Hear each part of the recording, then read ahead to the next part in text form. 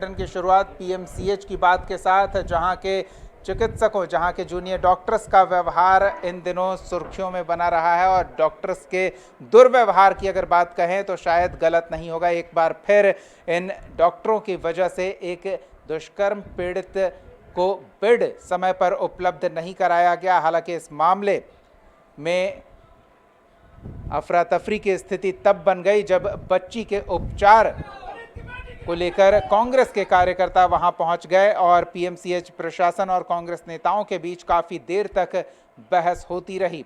आखिरकार बच्ची को बेड दिया गया। इस प्रकरण से स्वास्थ्य व्यवस्था पर सवाल खड़े हो रहे हैं। खासकर बिहार के सबसे बड़े अस्पताल का ये हाल है तो बाकियों की क्या स्थिति होगी, ये अनुमान लगाया जा सकता है। नहीं, हम कैसे मिल के आए हैं। आई नो पूरा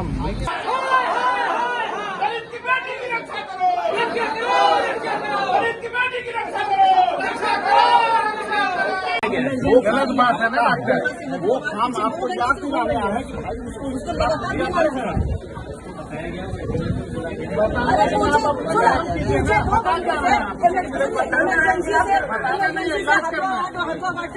क्या तरीका है आप एडमिट कराइए सर, एडमिट कराइए। चलिए, तो अभी हमने आपको बताया कि बिहार सरकार के एक मंत्री चिकित्सकों के लिए कुछ ऐसे शब्द जो उन्हें नागवार गुजरे हैं, चिकित्सकों के निशाने पर आ गए हैं। सीएस के नेतृत्व में डॉक्टरों का एक समूह उनका विरोध कर रहा है। लेकिन अभी पीएमसीएच की ये तस्वीर हमने आपको दिखाई है। आशुतोष हमारे सहयोगी जुड़े हुए हैं। आशुतोष, जूनियर डॉक्टर्स का ये व्यवहार कहें, दुर्व्यवहार कहें, एक अबोध सी बच्ची दुष्कर्म पीड़िता जिसे उपचार की तुरंत आवश्यकता थी, वो करीब 4-5 घंटे तक यूं ही भटकती रही। नहीं, इसको जूनियर डॉक्टर से आप नहीं जोड़ सकते हैं, क्योंकि पीएमसीएच की बात करें तो पीएमसीएच पूरे एडमिनिस्ट्रेशन को आप देखिए। आप समझिए कि ये जो घटना होती है ये विभत्स घटना होती है। अगर लड़की माइनर हो तो ये मामला और भी गंभीर हो जाता है। आपको याद होगा कि वन स्टॉप सेंटर इसीलिए बना था कि उस पीड़ित बच्ची को या महिला को तत्काल सारी सुविधाएं मिल जाए, यहाँ तक कि मेडिकल फैसिलिटीज़ भी समय पर मिल जाए। बाकी जो भी एफआईआर से लेकर के जो भी काम होते हैं वो समय पर हो जाएं। ये जो बच्ची थी इस माइनर है और मुजफ्फरपुर में एसकेएमसीएच में इसका इलाज चला था और बेहतर इलाज के लिए रेफ़र किया गया था पीएमसीएच।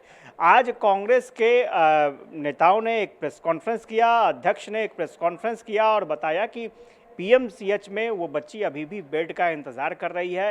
पीएमसीएच में जो जानकारी मिली कि पीएमसीएच में बेड नहीं था तो बेहतर उपचार के लिए एम्स भेजा गया था उस पीड़ित बच्ची को। लेकिन वहाँ जो जानकारी मिली, जो कांग्रेस नेताओं ने जानकारी दी कि एम्स में उस वक्त ईएनटी डिपार्टमेंट के डॉक्टर छुट्टी पर थे, मौजूद नहीं थे। चूँकि उस बच्ची को बहुत सारा चोट लगा है और बहुत ज़्यादा चोट लगी है, बॉडी के अलग अलग पार्ट में है। तो एक पार्ट ईएनटी का भी आता है, फिर गायनी का भी पार्ट आता है, अलग पार्ट है।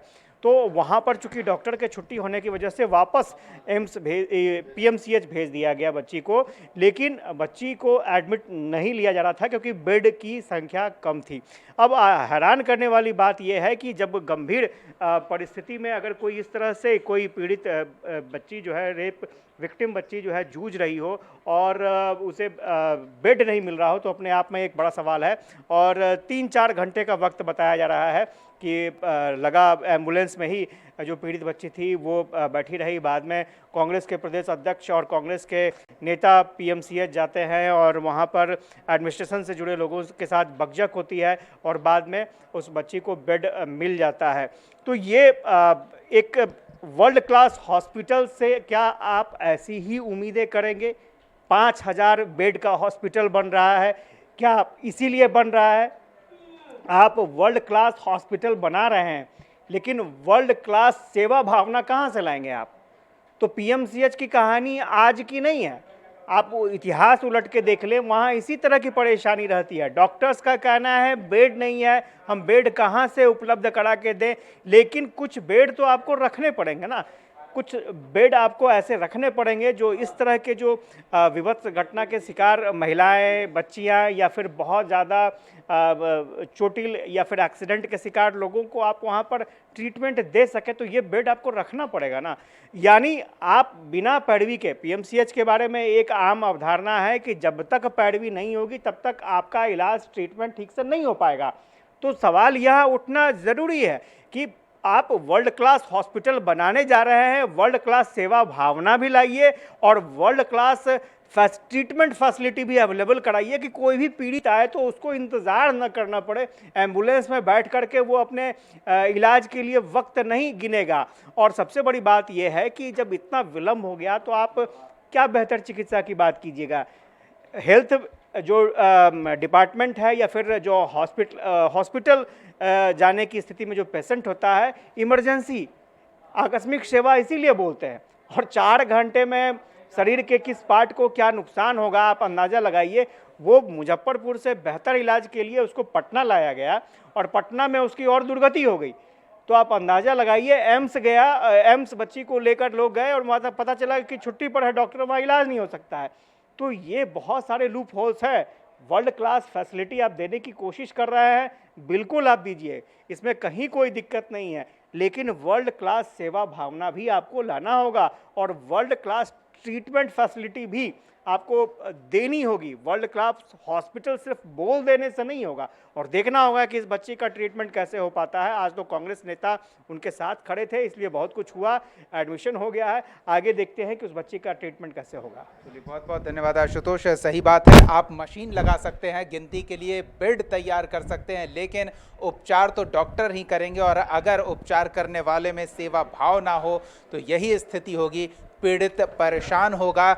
और इस मामले में अब ये देखना होगा कि पीड़ित जो नाबालिग है उसे किस तरह का उपचार मुहैया कराया जाता है।